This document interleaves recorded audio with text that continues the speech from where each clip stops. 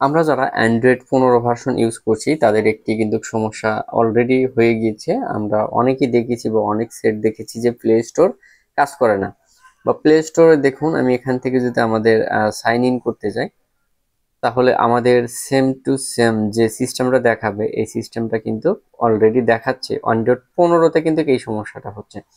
So দেখতে পাচ্ছেন এখানে জাস্ট ইমেল ফরগেট চাচ্ছে, এবং আমার যদি কোনো ইমেল আমি এখানে দিই সেক্ষেত্রে কিন্তু আমার মেইলটি কাজ করে না, সাইন ইন হয় না। আবার যে আমি নতুন করে কাজ করব সেটাও কিন্তু এই এটাতে হচ্ছে না। তো আমরা অনেক চেষ্টা করেছি, অনেক প্রকার ট্রাই করেছি। আমরা এখান থেকে গুগল অ্যাকাউন্ট এসেছি, অ্যাকাউন্ট আসার পর আমরা অল সার্ভিসে গিয়েছি।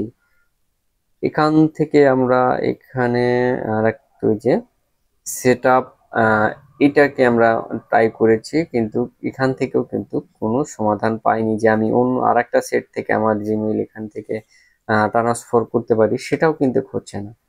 আসলে এই 15 ভার্সনে এই সমস্যাটি হয়েছে। তো এখনো যেহেতু আমরা সমাধান করতে পারিনি, বা নেক্সটে যদি সমাধান করি তাহলে অবশ্যই আমার এই চ্যানেলের সঙ্গে থাকবে। আমরা দেখাবো কিভাবে আমরা প্লে স্টোর থেকে, অর্থাৎ ভার্সন 15-তে প্লে স্টোর কিভাবে কাজ করা যায়। অথচ আমরা যদি কোনো ব্রাউজারে যাই, সেক্ষেত্রে ব্রাউজারে কিন্তু আপনাদের একটু দেখাই।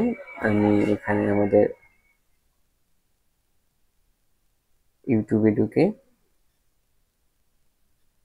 এখানে কিন্তু দেখতে পাচ্ছেন আমাদের কিন্তু জিমেইলটা কিন্তু এখানে ওকে আছে, ইউটিউবে ওকে আছে। কিন্তু আমরা যদি প্লে স্টোরে যাই সেক্ষেত্রে কিন্তু আমাদের প্লে স্টোরে এটা নিচ্ছে না। এই 15-র যে আপডেট, এইটা আসলে আপনাদের দেখানোর উদ্দেশ্যে এই ভিডিওটি করা। এবং কারো যদি এটার সমাধান পেয়ে থাকেন তাহলে প্লিজ অবশ্যই আপনারা কমেন্ট বক্সে কমেন্ট করবেন, আমি রিপ্লাই দেব। এবং আমি যদি এটার সমাধান করতে পারি তাহলে অবশ্যই আপনাদের ভিডিও দেব। এর জন্য অবশ্যই সাবস্ক্রাইব করে পাশে থাকবেন।